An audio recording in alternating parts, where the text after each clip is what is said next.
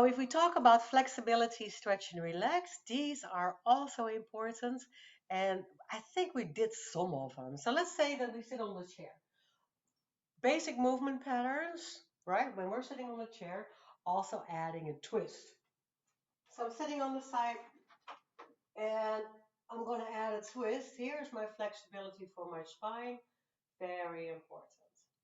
So this is one of your basics. Even if you have in the chair, you do this one, right? Sitting up straight and kind of like slouch on the couch, sit up straight, slouch on the couch, sit up straight, that kind of thing. And now keep sitting up straight and then go around to the back and go around to the back. We have to keep the upper body flexibility. Now, if I want to stretch my lower back, I'm still sitting on the front of, not on the edge, I don't want you to fall off, but in the front of the chair. So I'm opening my legs a little bit and I'm gently gonna go forward. Just a little bit forward on my legs.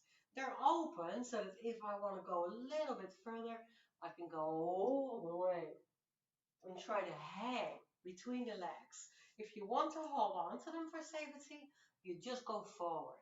Just go forward. Just round your back. And then just a little bit further. And then maybe hold on to the legs and just slide a little bit further.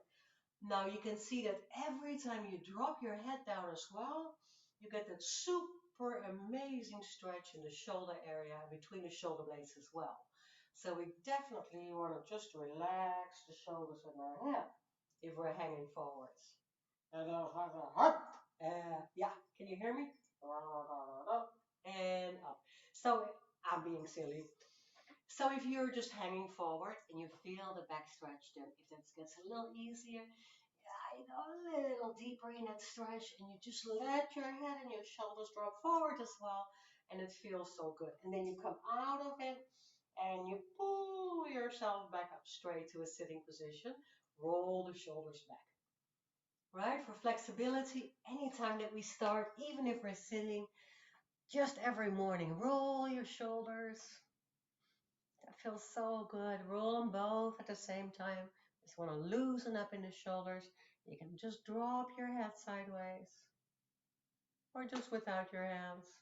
If that's difficult to just even keep your hand or your elbow up for a long time, don't have to. You can just whoop, stretch to the side.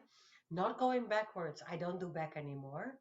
You know that from me, remember? Because I don't like that with all the, we used to do that with the Bob Fosse jazz hands. But we don't do that anymore because I don't like it when we drop our head back and there's a lot of those crumbled nerves and they're just not very healthy for the nervous system if we do anything wrong because that's like danger zone. But forward, we can just drop our chin on our chest and really get a good stretch. I keep my shoulders in place and I really get a good stretch in the back of your neck. So you can start with that anytime. If we're sitting or standing, the same thing. So the twist, the forwards fold, and the figure four.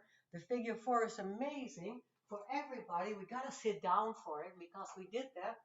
I'm sitting down and I'm gonna cross this foot if you can by your knee.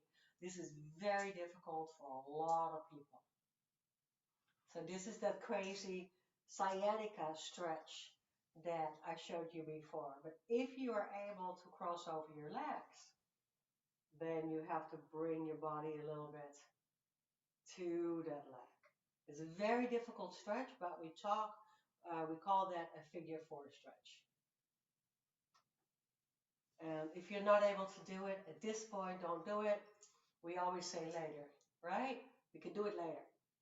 So just a little, because it's really awkward on the knee and it's really awkward on the hip, but it really stretches that part of the muscles around the sciatic nerve. So that's why that is important. And on the floor seated, you can do the same thing. You can just kind of cross your leg over if you're sitting on the floor, even if you have something behind you. Sometimes it feels really good to sit on the mat on the floor, but have the wall behind you because it helps you to stay up straight. And that's just a good thing sometimes. Or in this case, even if you're sitting on a chair, even scooting back a little bit, if that helps you. Right? However, you are able to, if you can cross your leg over, what it does, if you can cross your leg over, what it does, it gives you a huge stretch on the sides, piriformis, that muscle that cramps up around our sciatic nerve. And that's what we need to stretch out. So remember how we always, if we get tense or if something is going on, our muscles are contracting, or they want to protect the pain and around the pain and around, they're always, and we forget that the opposite is to stretch and to release and to relax. So with everything, we always want to tense up. That's just an automatic fight flight behavior. Whoop. We want to tense up and tense all our muscles. And in our body, our muscles are doing that autonom, just by themselves, without us even telling them. They do that when there's pain and they do tense up. So what we can do is to relax. So the flexibility is major important for us. Just even if we try to keep our legs crossed a little bit, if you are able to just cross them a little bit, because even if I do a little bit, I feel that right away in the hip. Now, if I would be a 22-year-old yogi, I'm going to try to be a 22-year-old yogi now. Then you cross the foot, standing, the same thing. And you're going all the way. Here's my 22-year-old yoga pose. Same stretch. I did it! So, thank you, Rose. I heard that. But you see what I mean? That's all about balance and foot in your neck and stuff like that. Just kidding. I don't do that anymore. But that was a little try of doing it standing. And some people really like it standing. Some people really are able to do this stretch standing, holding on to something, and just, it's kind of like stick your butt out backwards and go towards your knee kind of thing. And it really feels so good. If you have a butt. Yes. And so the other one that we always have to do, and we can start with that every morning, is just push your hips out forwards. Major importance, because this could be number one actually, and this could be number two, forwards, because this, we got to stretch out through the hip flexors in the front and the hips, because we sit so much. And remember, those muscles are really short. So this feels really good. Don't do a back bend, because we're not 22 anymore, and we don't want to. Oh, we don't want to do that. It's really bad for our back. Yeah. We would have so much fun. We'll all be in one room. We would have so much fun. Oh, I'm coming to you someday. So here it's all over forwards, and I don't want to bend so much in my upper back. So it's push your hip out forward instead of bending backwards. Sometimes just when I get up, I do that. Even if I get up from the chair, I do that, and I just sit, and I'm gonna get up, and I'm gonna push forward with my hip a little bit, because it was all cramped up. So it's really, really important that we keep that open, also in the front of the hip. What else do I have here? Upper body spinal rotations we can do anywhere, holding on to something, just gentle, right? It's kind of like what I do is kind of coming from the Tai Chi thing, where if we do the Tai Chi, we do it very gentle. Remember? Just very gentle, kind of swaying your arms a little bit around your body.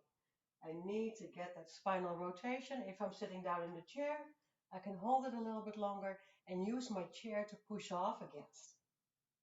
So I really want to have that spinal rotation.